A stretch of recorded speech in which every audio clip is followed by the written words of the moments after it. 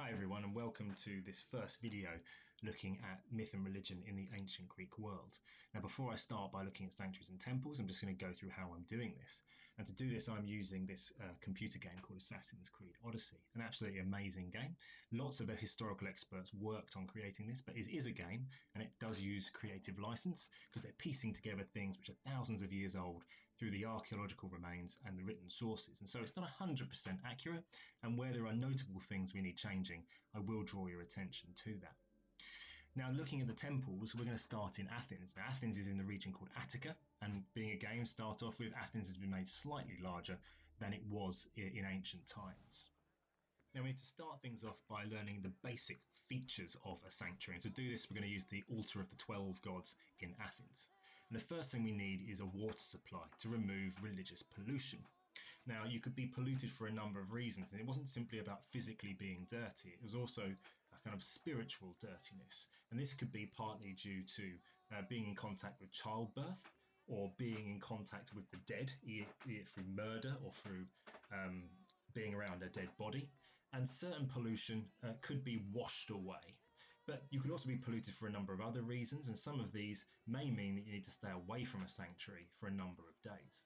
But we're not polluted. We're going to go into our sanctuary, and we'll notice the first thing we've passed through is our boundary wall. Now, this boundary wall is made of stone, but a boundary wall simply marked inside and outside the sanctuary. And so it could simply be a set of stones running around the outside, or it could be a wooden fence. It doesn't have to be a grand stone wall like this one. The final thing our sanctuary needs is an altar, and here we've got our altar in the center. Now, we've got two things we're going to do with our altar. We're either going to have a blood sacrifice, where we're going to sacrifice our animal, or we're going to pour our libation, our wine offering to the gods. And if we do it on top of the altar, as we burn our sacrifice, that smoke will rise up to the gods in the skies. But if we wanted to sacrifice to an underworld god, we would do our sacrifice on the floor, and it would seep into the ground and go into the underworld. Same with our libation. Underworld will pour it onto the floor. And that is essentially all we need in our sanctuary. And you'll notice that the sanctuary does not require a temple. Now, the ones we are looking at will have temples in them. The temple we're going to learn more about now by looking at another temple which is in Athens. You can go and visit this, though it doesn't look as grand as it does in this game. Again, a bit of creative license here. But that is the temple of Hephaestus.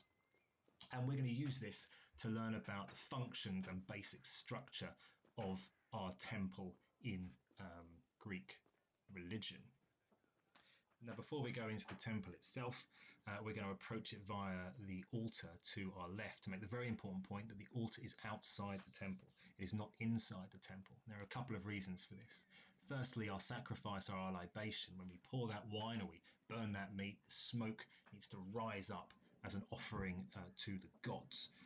The second reason is the communal aspect. Only priests were allowed inside the temple, but sacrifice is all about bringing the community together to worship whatever god it was, and lots of people will be able to gather around that altar when it is outside of the temple to make their offering to the gods.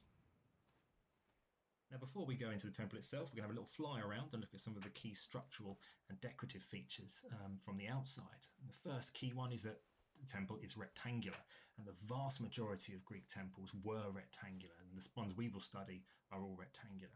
And they can come in lots of different sizes as well, from very, very small to huge, as we'll see with the Parthenon in my next video.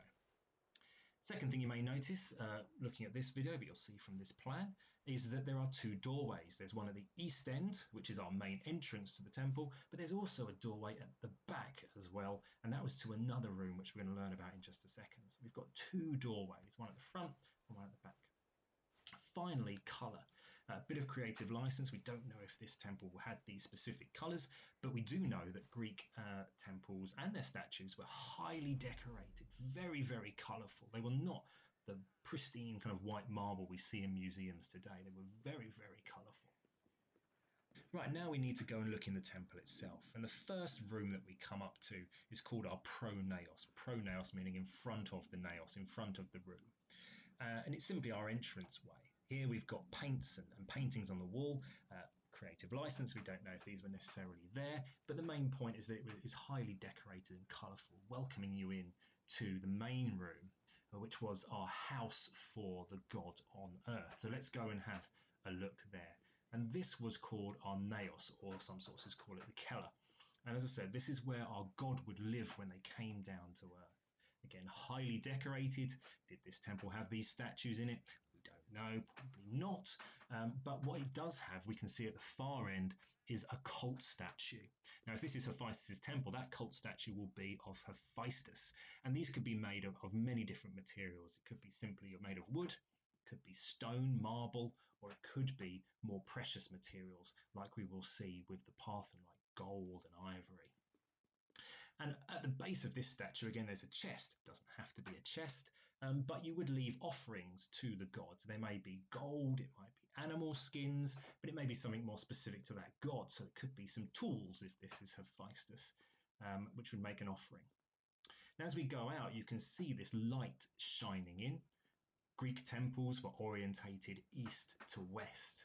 That is because the sun rose in the east, and so that light would shine in on that naos when you open those doors in the morning. Now to the rear of the temple, and for that second doorway we saw when we flew round. And this is what we call the opistodomos. Opisto is behind, domos the room. Notice this one doesn't have a door on it. They didn't have to have doors, and again that might be key when we look at the Parthenon. Now this room has multiple uses. In this game here they seem to have used it as kind of a place where people are writing by the looks of it, but often this would be used to store treasures or offerings to the gods once they're taken out of the naos. So we'd have our animal skins, we'd have our gold, we have our linen, our clothes, whatever that might be, stored in that opistodomos. Finish up by looking at the key architectural and decorative features of the outside of a temple. The first thing we need to know is that this is what we call a Doric order temple, and we know this because of the key features, which are the metopes and the triglyphs, which we can see just below that triangular pediment. The other order is what we call the Ionic order, which we're going to learn a little bit more about with the Parthenon, but we're not going to worry about it now. But this temple, as all our temples are what we call the Doric order temple. Now, if we shimmy up the side of this temple, we can look in a bit more detail at these metopes. Now, these square areas you can see on this temple have got decoration in them. They've got some sculpture. And temples could have sculpture in them, or they could simply be painted. These have got sculpture, and they tell a story, and this story could be significant to the god whose temple it was, or it could have a wider meaning and importance for the city that built it. Now they're square areas, so we think that when you're sculpting a story, what can you fit into this square area? If we're trying to show a battle, that's quite hard in a small square, whereas you may want to show lots of individual stories rather than one whole story. So there's a certain amount of skill needed when you're sculpting these stories. And these stories don't actually come from this temple, they come from another temple, a bit of creative license here. I'm not going to tell you what those stories are, but you have learned about them, so when you have a look, see if you can tell me what those stories are. Finally, we're looking at this pediment, and again, temples didn't have to put sculpture in their pediment. It's a triangular area now, so we think about telling a story here, we've got to work with these narrow areas in the corners as well as these larger areas in the center. And so if you're showing a battle here, we've got maybe a dying warrior in the corner, whereas people stand there in the center. So again, the architects need to be really skilled when they're putting these sculptures in here to tell this story. It could be a story significant to the god whose temple it was as well. But temples don't have to have sculpture, but obviously it shows off the wealth and power of the city if they're able to sculpt and make these temples highly decorative. Finally, we've got our columns, so you can see them there, and we call a row of columns a colonnade. So as we run back round to the front of the temple to finish off, you can see this colonnade running around holding up the temple here. And again, these columns could be painted, could be very, very colourful, but they didn't have to be coloured. And here, that brings us to the end of this first video looking at sanctuaries and temples. I hope you found it enjoyable. Thanks very much for listening.